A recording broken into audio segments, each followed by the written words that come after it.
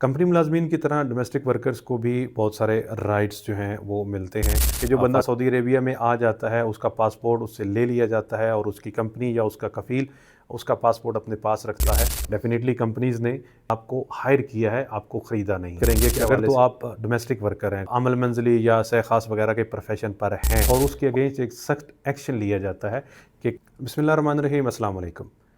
Saudi government Saudi Arabia के अंदर काम करने वाले गैर मुल्कियों के जो ह्यूमन राइट्स हैं उनके हवाले से बड़ी तेज़ी से काम कर रहे हैं। जो लोग कंपनीज़ में काम कर रहे हैं या जो लोग घरेलू मुलाजिम के तौर पे यानी एज अ डोमेस्टिक वर्कर काम कर रहे हैं उनके हवाले से भी कवानीन में बड़ी तेज़ी के साथ तब्दीलियाँ हो रही हैं। चंद दिन पहले डोमेस्टिक वर्कर्स के हवाले से सऊदी गवर्नमेंट की जानिब से कुछ अपडेट्स दी गई, कुछ तब्दीलियाँ और कुछ वजाहतें दी गई जिनके हवाले से इस वीडियो में बात करेंगे।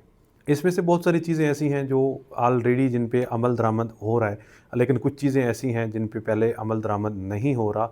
उसके हवाले से अभी सख्ती के साथ चीज़ों की जो है वो वज़ाहत दी गई है और जो एम्प्लॉयर है जिसके पास आप काम कर रहे हैं उसको बहुत सारी चीज़ों के हवाले से वाज़ेह किया गया है कि अगर वो ये गलतियाँ करेगा या वो ये कानून की खिलाफ वर्जियाँ करेगा तो उस पे फ़ाइन भी हो सकता है और उसको बैन भी किया जा सकता है।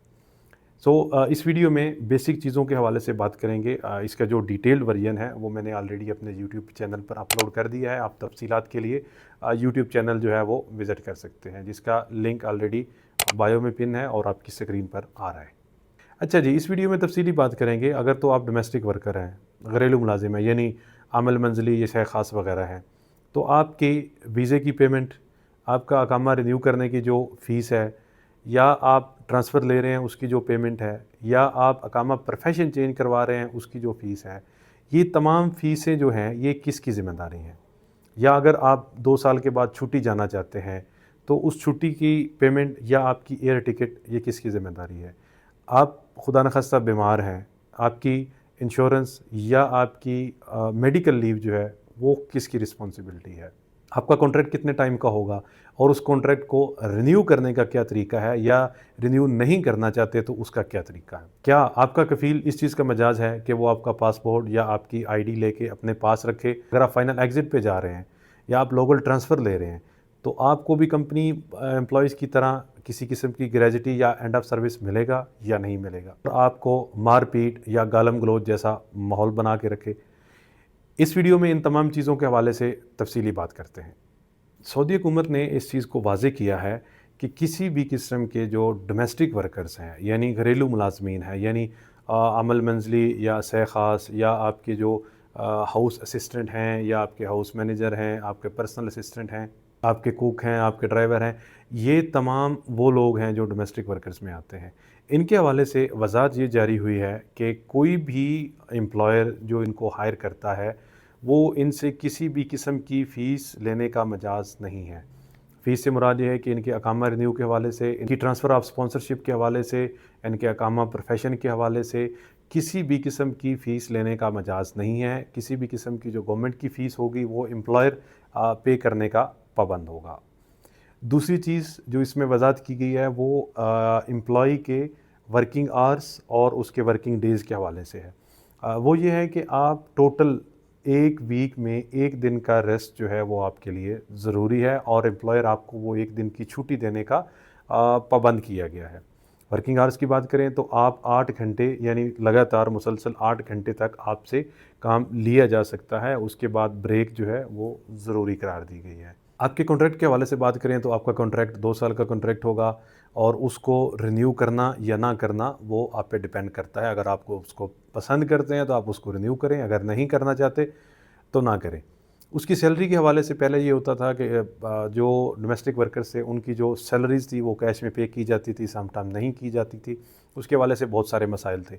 चंद माह कबल सऊदी गवर्नमेंट ने ऐलान किया था कि जो डोमेस्टिक वर्कर्स हैं उनकी जो सैलरी है वो भी डायरेक्टली जैसे कंपनीज़ में होता है कि डायरेक्टली आपकी सैलरी आपके बैंक अकाउंट में आएगी और कंपनी उसकी जस्टिफिकेशंस जो हैं वो देगी, उसके बाद उनका सिस्टम एक्टिव रहेगा। सेम इसी तरह सऊदीज़ को पाबंद बनाया गया कि आपके जितने भी घरेलू मुलाजमीन हैं उनकी सैलरी आपने प्रॉपर थ्रू चैनल यानी प्रॉपर जो बैंक है उसके थ्रू आपने उसकी सैलरी जो है वो पे करनी है, ताकि अगर कहीं पे कोई वायलेशन हो रही है तो उसको आइडेंटिफाई किया जाए या उसको हाईलाइट करके उसके ख़िलाफ़ जो है वो कार्रवाई की जाए।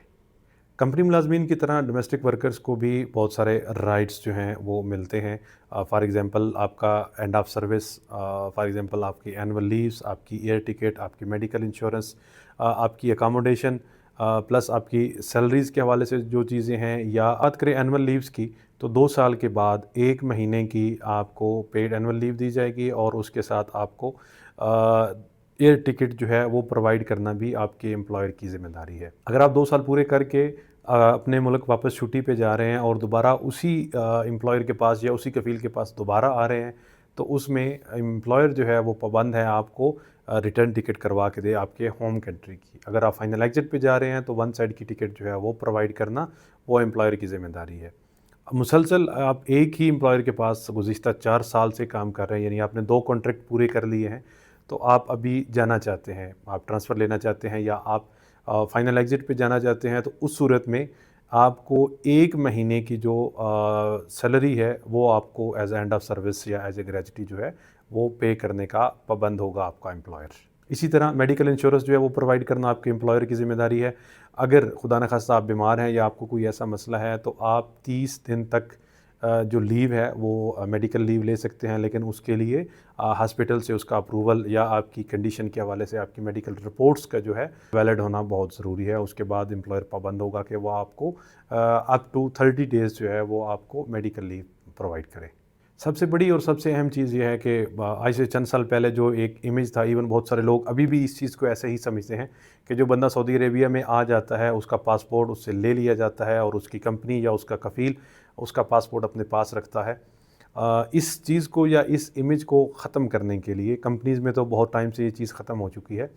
अभी जो आपके घरेलू मुलाजमीन हैं उनके हवाले से भी ये चीज़ वाज़ेह की गई है कि आपकी जो नेशनल आइडेंटिटी है, आपका जो पासपोर्ट है, आपका जो अकामा है, वो आपकी पर्सनल प्रॉपर्टी है। वो आप किसी कफ़ील का, किसी कंपनी का, किसी का ये इख्तियार नहीं है कि आपका पासपोर्ट लेके अपने पास रखे या आपकी आईडी लेके अपने पास रखे।